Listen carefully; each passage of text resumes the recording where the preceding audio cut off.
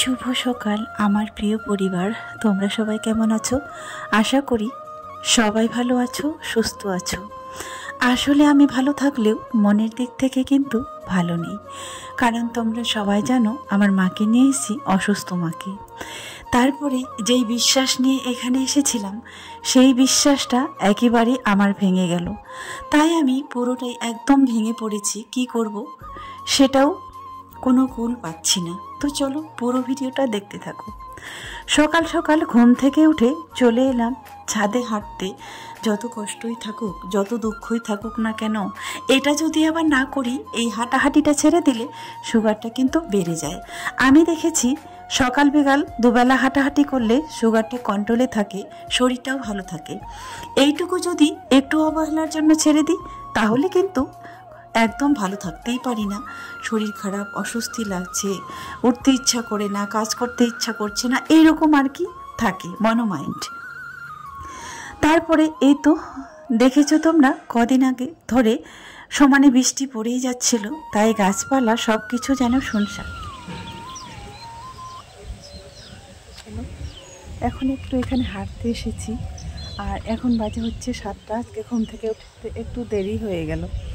আসলে বৃষ্টির দিনে বৃষ্টি পড়ছে, মেঘলা মেঘলা, তো ঠান্ডা তো, তাই কেউ ঘরের থেকে আর কি বের হতেই চায়নি। তো ওরা তো এখনও শুয়ে আছে, আর কদিন ধরে তো আমি হাঁটতেই পারিনি। তো ভাবলাম চলো একটু ছাদে যাই, ওখান থেকে একটু হেঁটে আসি।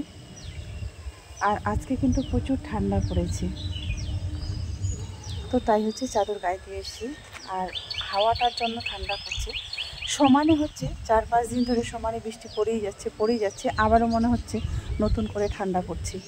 তো তাই সবাই চাদর সোয়েটার গায়ে দিয়ে দিয়েছি। রিয়ারাও আজ ব্ল্যাঙ্কেটগুলো তুলে রেখেছিলাম, সব কিন্তু আবারও বের করতে হয়েছে। ওরাও ব্ল্যাঙ্কেট গায়ে দিয়ে শুয়ে আছে। তো আমি বললাম একটু আমি হেঁটে আসি, অভ্যাস হয়ে গেছে, 2 দিন ধরে হাঁটতে পারিনি, তাই ভালোও লাগছে না। তো চলো হাঁটি একটু। তো চলো এবারে হচ্ছে যাব নিচের দিকে। 7টা বেজে গেল, 6:30 কিংবা 6টায় আমি এখানে আসি। তারপরে নিচে এসে কাজবাজ সমস্ত কিছু কমপ্লিট করি।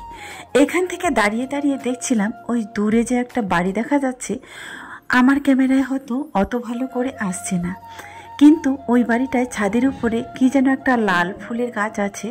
পাতা তো নেই, শুধু লাল লাল ফুলগুলো দেখা যাচ্ছে, তাতে যেন মন ছুঁয়ে যাচ্ছে, দূর থেকে যেন ফুটে আছে ফুলগুলো।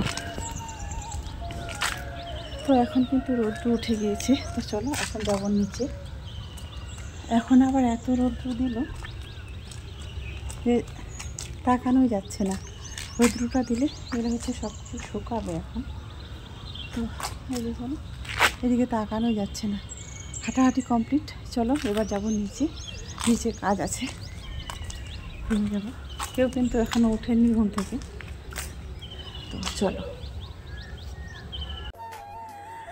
তো চলো এবার নিচের দিকে যাওয়া যাক। আমার মাও এখনও ওঠেনি, কারণ তোমাদেরকে বলেছিলাম, তোমরা তো শুনেছিলে আমার মায়ের কিডনির সমস্যা, আর রিপোর্টগুলো করতে দিয়েছি। অনেকগুলো রিপোর্ট লিখেছে, তো সেই রিপোর্টগুলো কালকে যাব না, সরি আজকেই যাব, আজকে যেতে বলেছে। কালকে তোমরা অবশ্যই শুনতে পাবে কি হলো না হলো। তো মা কাল থেকে ওই যে অসুস্থ হয়ে পড়েছে, আর এখানকার ডক্টর আমি ফোনে কথা বলে জেনেছিলাম একটা অ্যান্টিবায়োটিক দিয়েছিল। ওই অ্যান্টিবায়োটিকটা খাওয়ার পরে একটু যতটুকু দরকার, যতটুকু তার ক্ষমতা ততটুকু কিন্তু দাঁড়িয়েছিল, সুস্থ ছিল। আর কাল থেকে কিন্তু আবারও অসুস্থ হয়ে পড়ছে। সারাদিনে কোনো কিছু খায়নি, খেতে ইচ্ছে করছে না, শুধু জলটুকু খায়, আর দুধ নেওয়া হয় ওই দুধটুকু খায়। দুধ নিয়েছি মায়ের জন্য, আর এই ফলের জুস, এই সমস্ত কিছু এগুলোই খায়। তো মা যেহেতু উঠে দাঁড়িয়েছে, ওই ব্যালকনিতে আছে, আমি চলে এলাম রান্নাঘরে। তো বন্ধুরা এখন বাজে হচ্ছে 12:30, আর আমি হচ্ছে রান্না করছি। সমস্ত কাজ কমপ্লিট। স্নান কিন্তু আজকে এখনও হয়নি। এই যে বিছানা সমস্ত কিছু গোছানো হলো, আর ওইদিকে রান্নাও বসিয়ে দিয়েছি, রান্না হচ্ছে। তো চলো, রাজিয়া হচ্ছে ঘর গোছাচ্ছে, ওর তো একটাই কাজ, বিছানা গোছানো আর ঘর ঝাড়ু দেওয়া, এই সমস্ত কিছু। তো চলো।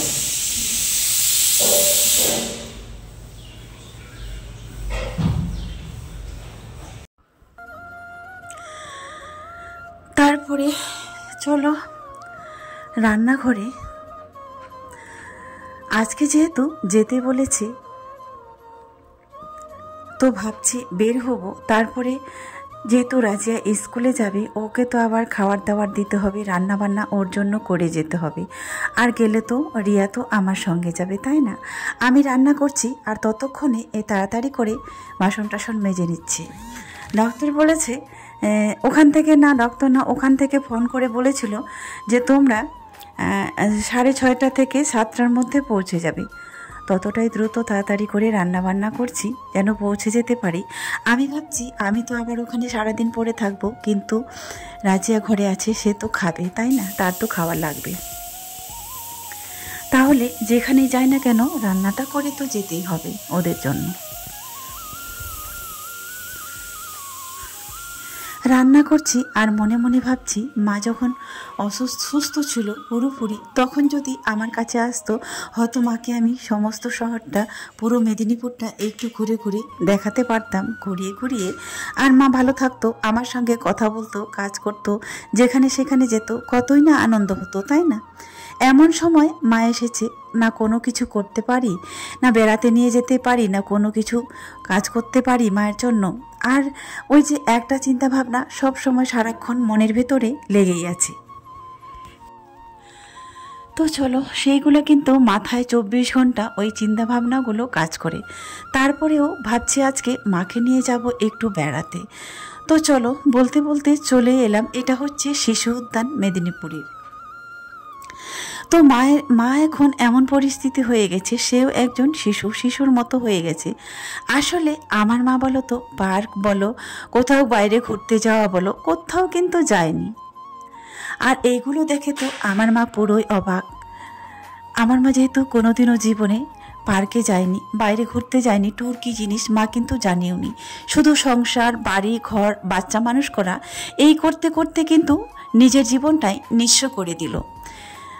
তবুও কিন্তু নিজের জীবনের জন্য কখনোই ভাবেনি। হ্যাঁ, মায়েরা এমন হয়, কিন্তু তবুও আমি বলছি, কারণ সন্তানরা, আমার মনে হচ্ছে যে আমরা যতক্ষণ রাখতে পারি আমাদের আওতায় ততক্ষণই থাকে। বিয়ের পর যে কারো সন্তানই হোক না কেন, কিন্তু আমি বলবো প্রায় সবার কথা না বললেই নয়, সবাই যদি না হতো তাহলে তো বৃদ্ধাশ্রম বন্ধ হয়ে যেত, তাই না? তো সেরকমই যে যার নিজের মতো করে ভাবে। আর আমার মা কিন্তু সংসার, বাড়ি, এই সমস্ত করে কিন্তু জীবনটাই শেষ করে দিয়েছে। নিজের না কোনো দিন ভালো ট্রিটমেন্ট করিয়েছে, না ভালো জায়গায় ঘুরতে গিয়েছে, না ভালো কিছু খাওয়ার জন্য ভেবেছে, সেগুলো কিন্তু কিছুই না।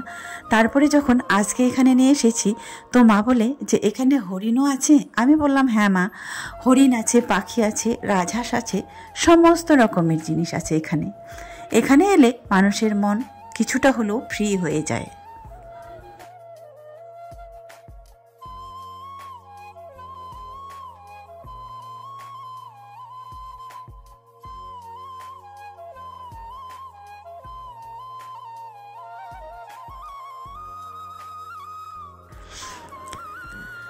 তারপরে তো চলো, এখানে আজকে যেহেতু রবিবার, তাই প্রচুর ভিড় ছিল।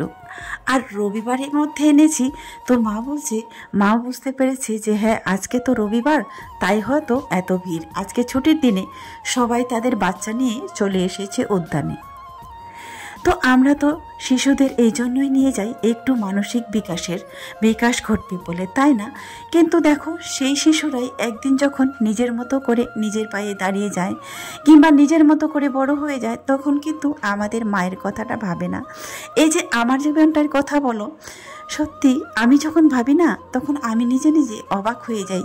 সেই ছোট্ট নিয়ে এসেছিলাম, মানে হাত ধরে হাঁটতে হতো। আর রাজিয়া, সে কিন্তু দুধ খাওয়াই ছাড়েনি। আমি যখন তাকে মেদিনীপুরে নিয়ে আসি, তখনও কিন্তু সে মায়ের দুধেই খেত। আর আমার বাচ্চা কোনোটাই কিন্তু ফিডারে দুধ খায়নি, কোনো কৌটা মৌটা কিছুই খায়নি, আমার দুধ খেয়ে বড় হয়েছে। একদিন হয়তো তারাই এমন বড় হয়ে যাবে, হয়তো আমাকে ভুলে যাবে, নয়তো দেখবে দুটার একটা, তাই না?